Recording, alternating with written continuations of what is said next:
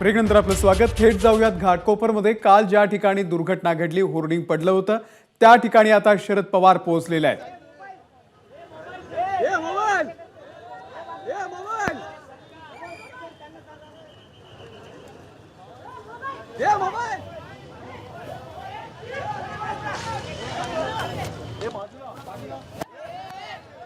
काल याच ठिकाणी वादळ वाऱ्यामुळे एक मोठं होर्डिंग पडलं होतं आणि त्याखाली आतापर्यंत 14 जणांचा मृत्यू झालेला आहे. अनेक जण जखमी आहेत. अजूनही हे होर्डिंग हटवण्याचं काम पूर्ण झालेलं नाहीये. त्यासाठी 24 तास लागतील. आणि आता शरद पवार या ठिकाणी पोहोचलेले आहेत.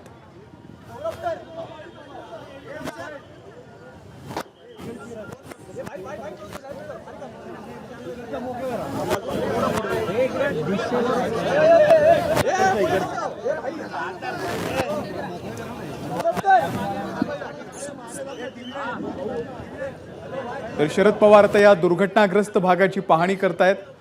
उपस्थित असलेल्या सर्व अधिकाऱ्यांकडून ते माहिती घेत आहेत. होर्डिंग हटवण्याचं काम कुठपर्यंत आलेलं आहे या संदर्भात सर्व अधिकाऱ्यांकडून ते माहिती घेत आहेत. तिथले स्थानिक नेते असतील, काही कार्यकर्ते असतील, यांच्यासोबत सध्या शरद पवार दुर्घटनास्थळावरती जाऊन प्रत्यक्ष माहिती घेत आहेत. अत्यंत दुर्दैवी घटना ही काल घडलेली होती.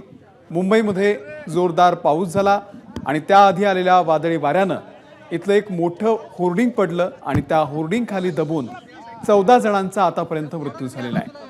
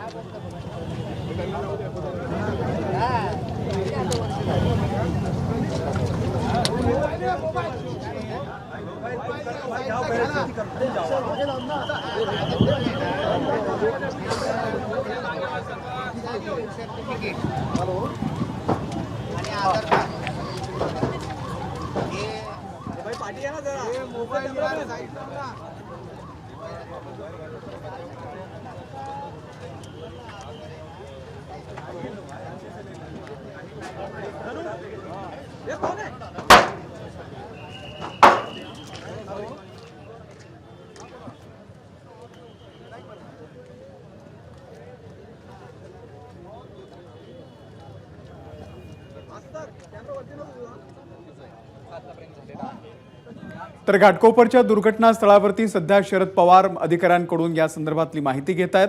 आपले प्रतिनिधी विनायक पाटील सुद्धा त्या ठिकाणी आहेत. विनायक, शरद पवार पोहोचलेले आहेत या दुर्घटनास्थळाची पाहणी करण्यासाठी. काय नेमके अपडेट आहे? आता नुकतेच आहे ते शरद पवार या ठिकाणी पोहोचलेल्या दुर्घटना आली तिथे शरद पवारांनी भेट दिलेली आहे. घटनास्थळाची पाहणी करतात आणि याच्यामध्ये जर आपण पाहिलं आतापर्यंत आहे तो 14 लोकांचा मृत्यू झालेला आहे. जवळपास 88 लोक आहेत हे जखमी झालेले आहेत. तर याच्यामध्ये 80 गाड्या या सर्व याच्यामध्ये सापडलेल्या होत्या. त्यामुळे शरद पवार नुकतेच इथे आलेल्या घटनास्थळाची पाहणी करतायत. संबंधित जो मोठा लोखंडी जो बॅनर उभा करण्यात आला होता, एवढ्यामध्ये साईन बोर्ड उभा करण्यात आला होता, त्याला परवानगी होत्या का, किंवा परवानग्या होत्या तर किती परवानगी होती आणि ऍक्च्युली किती मोठ्या प्रमाणात भव्य उभा करण्यात आला होता त्या संदर्भात पवार साहेब माहिती घेत आहेत. आणि फायर ब्रिगेड असेल, एनडीआरएफची टीम असेल, या ठिकाणी स्थानिक जे उमेदवार आहेत संजय दीना पाटील ते सुद्धा या ठिकाणी उपस्थित आहेत. त्यामुळे आपण पाहतो की शरद पवार यांनी ते भेट दिलेली आहे, संपूर्णपणे पाहणी करतायत आणि याच्यामध्ये कोण असेल त्यांच्यावरती कारवाई करा अशा प्रकारे शरद पवार यांनी सांगितलेलं आहे. शरद पवार आहे ते आता इथून निघताना दिसतात. कुठल्याही प्रकारचे मीडियाशी ते बोलत नाहीत. मीडियाला प्रतिक्रिया देण्यास शरद पवारांनी नकार दिलेला आहे. मात्र घटनास्थळाची पाहणी करून अधिकाऱ्यांकडून त्यांनी संपूर्णपणे संपूर्णतः त्या घटनेची नेमकी काय घडलेलं होतं याची माहिती घेतलेली आहे. विनायक, धन्यवाद दिलेल्या या संपूर्ण माहितीबद्दल. आणि आता शरद पवार त्या अधिकाऱ्यांशी बातचीत केल्यानंतर आता निघालेले आहेत.